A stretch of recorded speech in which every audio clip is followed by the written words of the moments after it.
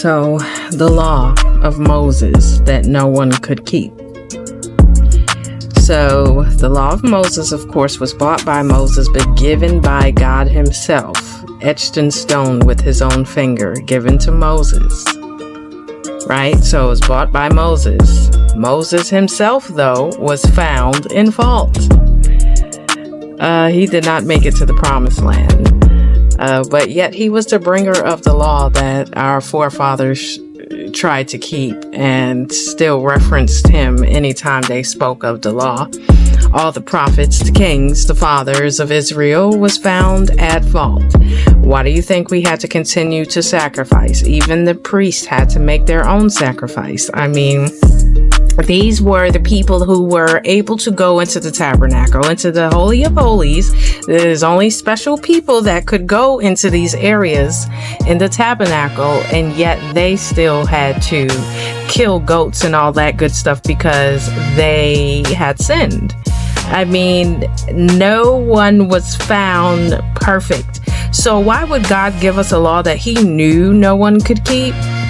I mean, it was given to identify what was good and what was evil.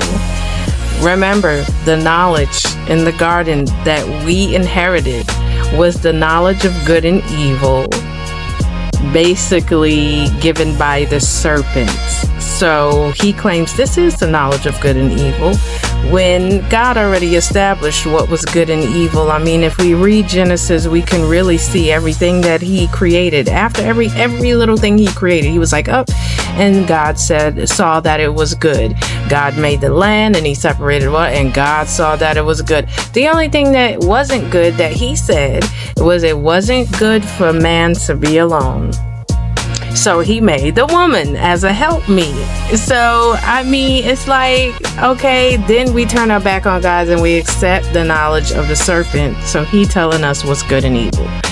But the law of Moses, such simple laws, I mean, such simple things, you would think morally, especially, oh, thou shalt not kill, thou shalt not lie, it's like, thou shalt honor thy parents. I mean, you would think that, yeah, we would have the common sense to know, but God went through all this trouble just to tell us something we should already know, like these simplified things. I'm not talking about all the customs of Israel. There's a difference in the laws.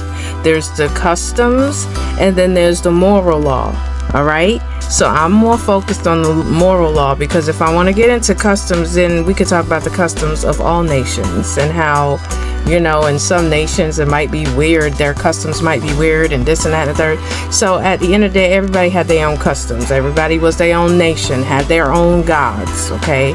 So at the end of the day, again, the law was given to identify what was good and what was evil. All right. According to the knowledge of God. Not the knowledge of the tree, but the knowledge of God. The law of God showed all the wickedness of the flesh and showed that in its nature, it opposed the law of God. In the nature of flesh alone, it opposed the law of God. I mean, if you read the Bible and you see the fruits of the flesh, right?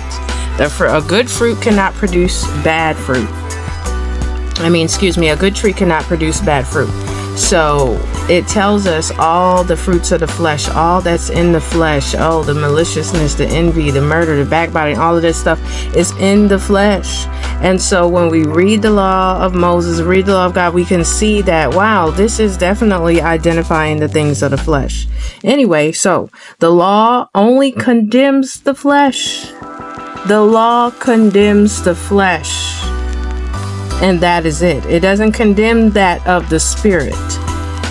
The law of Moses condemns the flesh. So several scriptures in the Bible indicates this, but it was only possible once the Messiah came to provide the way, his true purpose. So again, like I said, several scriptures indicate that the law only condemned the flesh. Even YAHUSHUA himself said that those who dwell in the spirit are not condemned by the law of the flesh.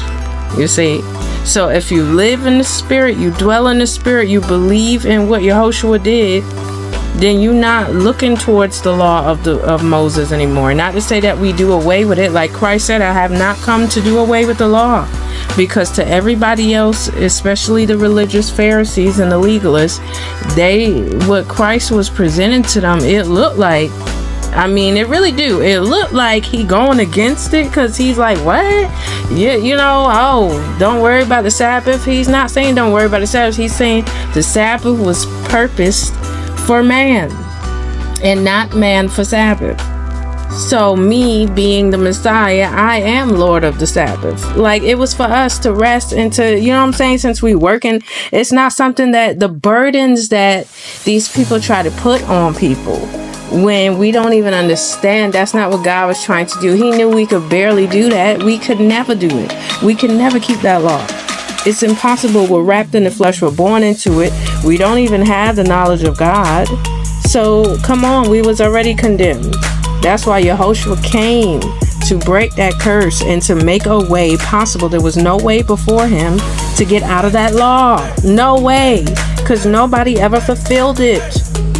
For the wages of sin is death. There's a judgment to every law that God spoke. So it had to be fulfilled. So clearly the flesh has nothing to do with God himself. Many scriptures speak on all the ungodly fruits of the flesh. No flesh shall enter the kingdom. That's what he continued to say. No flesh shall enter the kingdom of heaven. No flesh shall enter the kingdom of heaven. None. I don't know why we feel like there's some way, somehow, there's no connection to the flesh in dealings with God. None, bro. None. We got to stop that. And we got to act like, we was not taught. We was not taught the knowledge of God. The knowledge of God is spiritual laws, spiritual knowledge, spiritual understanding. The church didn't teach us that. It's like, to me personally, these witches out here is more knowledgeable than the modern day Christian. I'm saying spiritually, they know and they understand, and they have real power. So if we don't have the spiritual laws or the spiritual understanding, the spiritual knowledge, then we really defenseless against a witch or Satan. We don't have what it takes to go up against spiritual wickedness in high places. Everything is spirit. I don't care what nobody say. We can act like, oh, that's crazy, and people tried to call me crazy. These are people going to church every Sunday and they calling me crazy because I've had one person to say, well, we still in the flesh for now, so we can't be worried about, they don't like to say cast down the flesh, humble thyself. Don't worry about the things of the flesh. Oh, God, you know what I'm saying? They don't like to say that. But that's what Christ did, and that's what Christ said. So, anyway, the true purpose of Christ, God manifested in the flesh, overcame the flesh, fulfilled the law through the flesh, because the law was all about the flesh. That was the curse that we inherited in the garden when God made us skin suits. We had a covering. The real original being that we are is spirit made in the image of God. We had a covering. God himself was our covering. The glory of God covered us. But when we fell and we sinned, that went away from us. Now we were standing there naked. At the end of the day, he fulfilled the law through the flesh, became the way out, broke the curse of death, which is why we're able to resurrect now after death.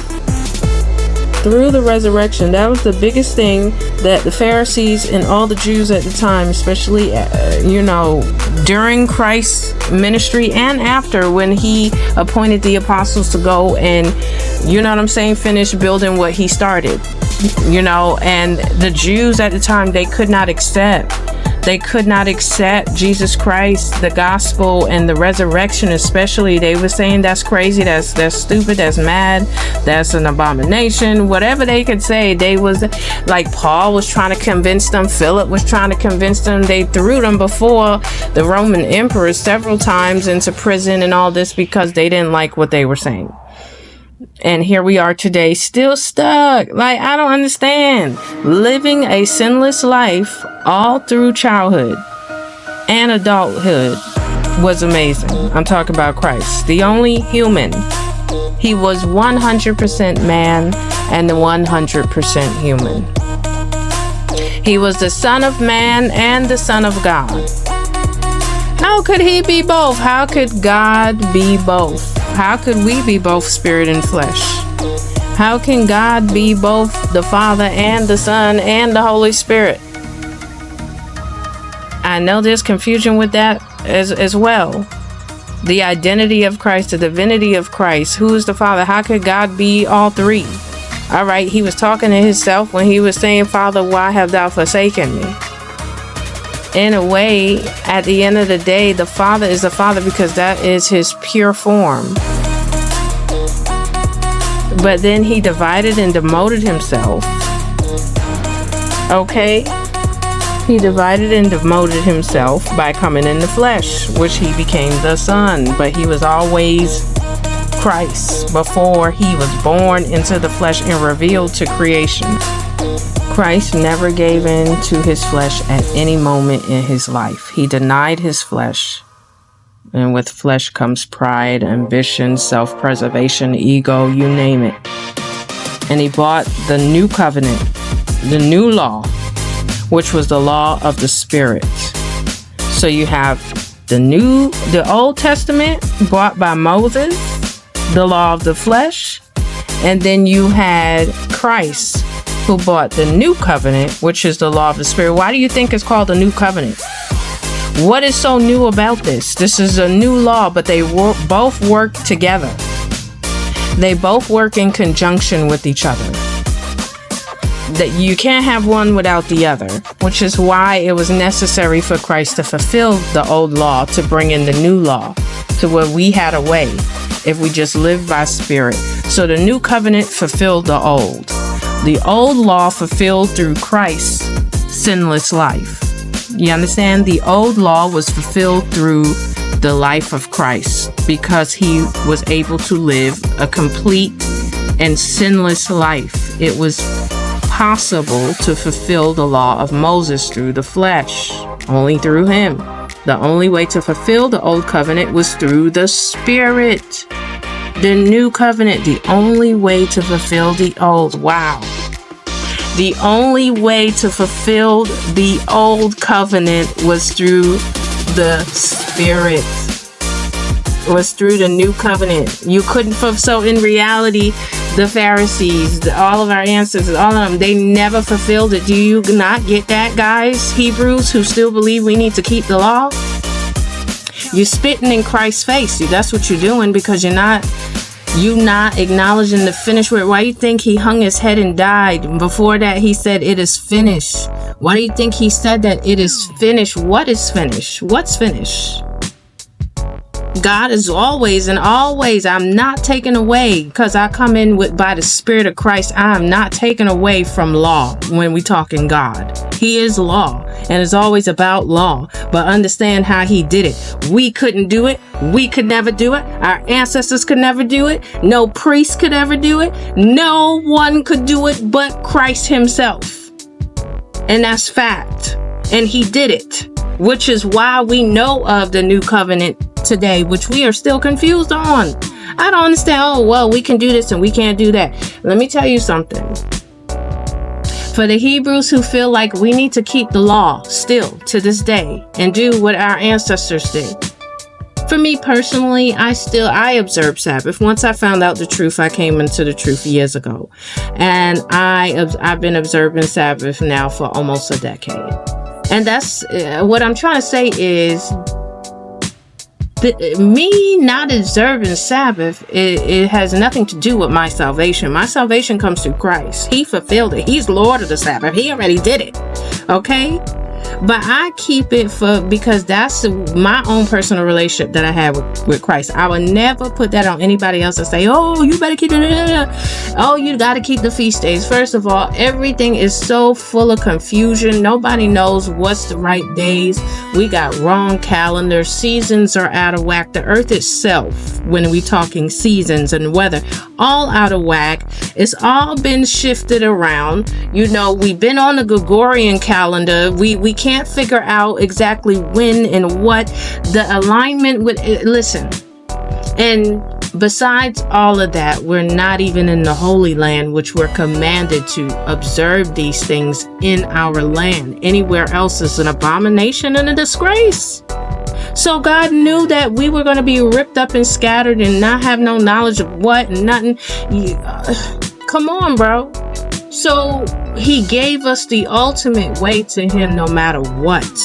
Not bypassing, but he already fulfilled it through the new covenant. It's the only way, but we can't put the two together. It's not making sense to some of us. It's not. But think about it, people. Come on.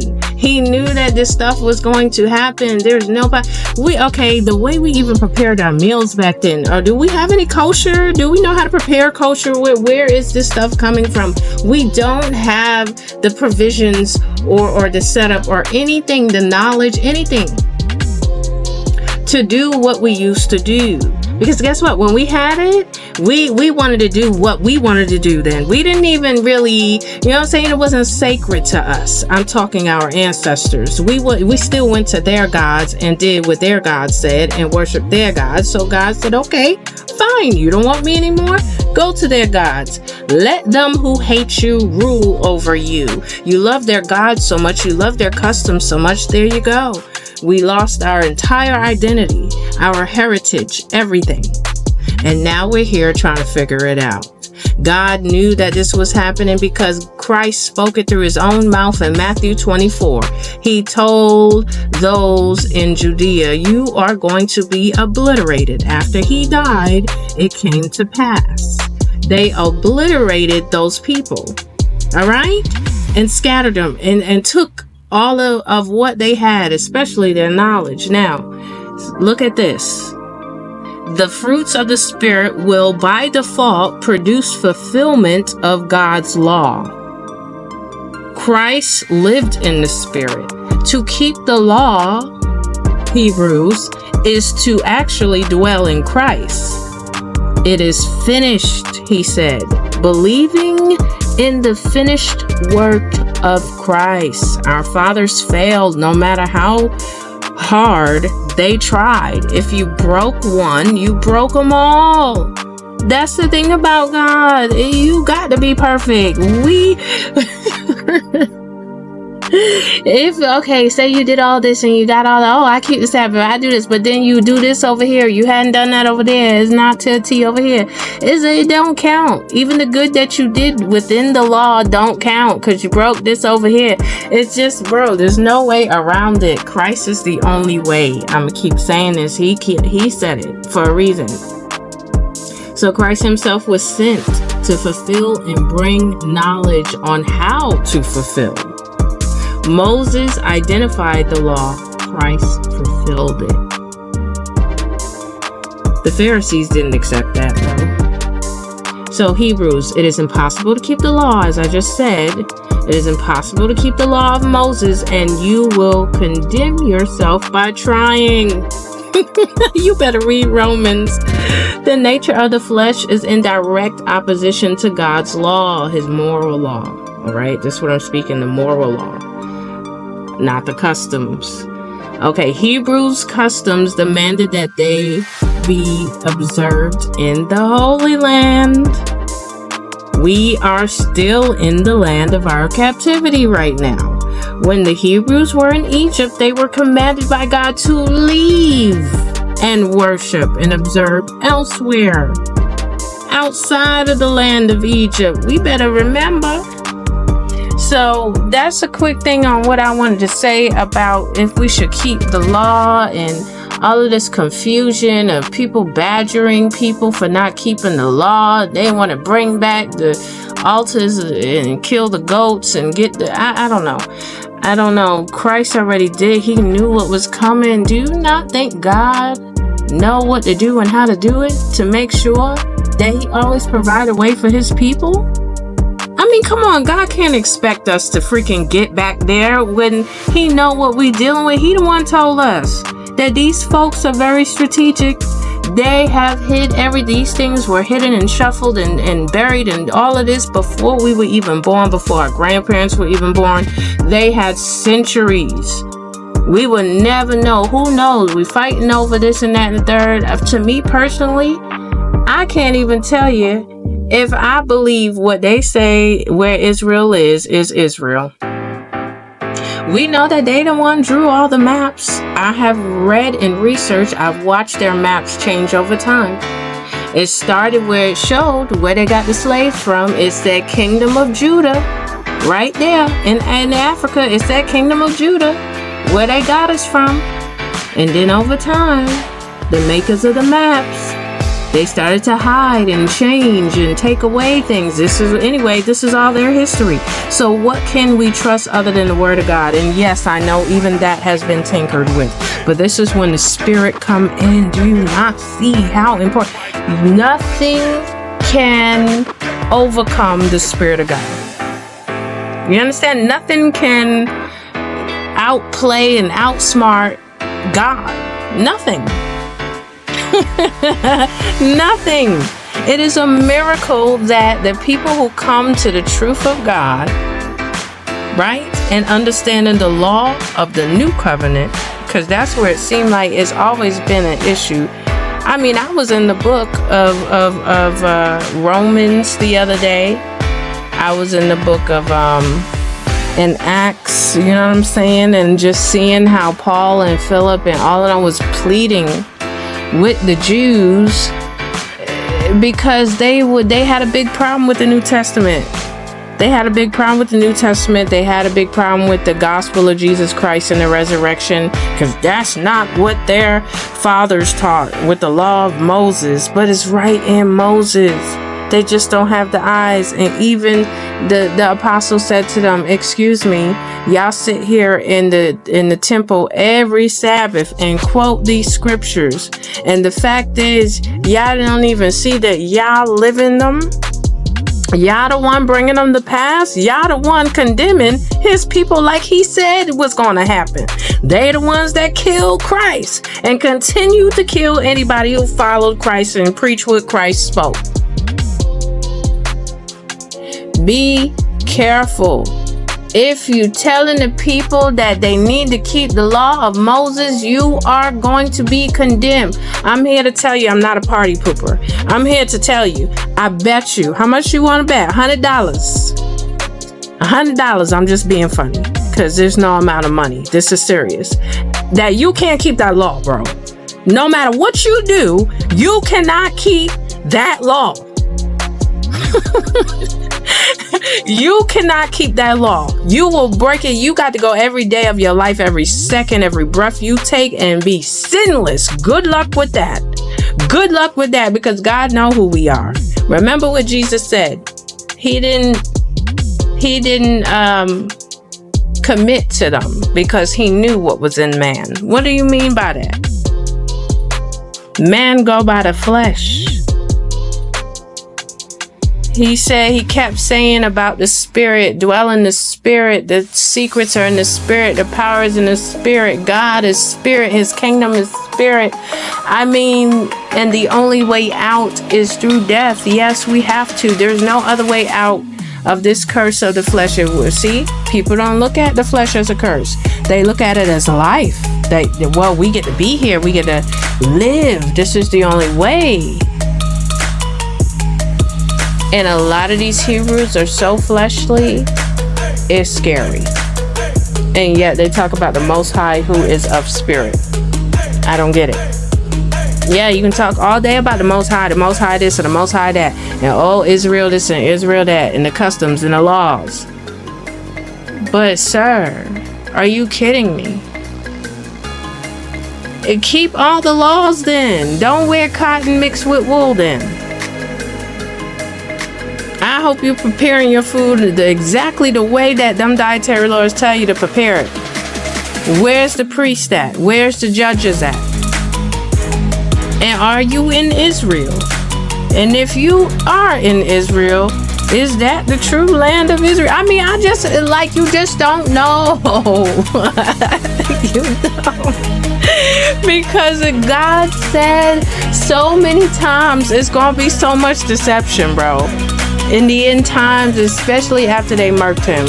He said that all these false prophets, all these false miracles, all this deception, all this false Christ, false doctrine, false this, is going to be so much deception that if it were possible, even the very elect would be deceived. That's what he said. I'm just saying, this is my rant on the Sabbath before the sun go down. Let me see, I'm documenting. Today is April the 5th. Okay, this is my rant on my Sabbath because I'm tired. I'm tired of my people talking about laws. The only way to fulfill the law is through the new covenant. And what is that? Christ kept repeating the greatest commandments. This is the new covenant. Love your God with all your heart, mind, and soul, and love your brother as you would yourself. Or your neighbor as you would yourself. That's it. If we focus on that, come on. That's all we have to do. By default, all those other things are going to come. And God's going to come back and reestablish and redeem and do all those other things. But for now, this is all we can literally do. And those are the simple things he told us to do. And he died for that, to show us the true way back to him. He had to spoon feed us over time. You know what I'm saying? The different points in time trying to introduce himself. This is sad and pathetic, in my opinion. Really, how we treated God for so many centuries since creation, really. Because it's like, here's a creator and here's his creation. And his creation don't even acknowledge him. And his creation don't even understand or recognize him. Their own creator. And here is the creator trying to introduce himself to his own creation throughout time in little ways, in different generations, and doing this and that and the third. You know what I'm saying? Like, telling them this and having their own, okay, y'all keep on going over here to these gods and these customs. Okay, I will establish you and I will give you your own customs. Because everybody had their own God. Everybody, all nations have their own God still to this day.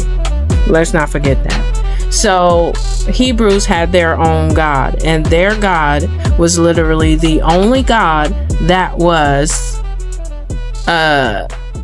one. The one God of many, because they all had many gods, but we just had one. We attribute the one true God to all life, creation, and all credit goes to him. But that's not how they looked at it.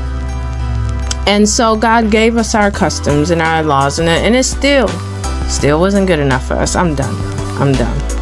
Because I'm all out of words. I'm so burnt out. I'm so over it. It's like we had this book all this time, and we're getting all this knowledge, and we still can't understand the basics. It's all spiritual. Let's not get carried away with the intellect, because that's what brought us here in the first place. If we're not reaching for the right knowledge, then it just doesn't matter anyway. We're still going to continue to walk like we did in the garden with Satan until we got kicked out. So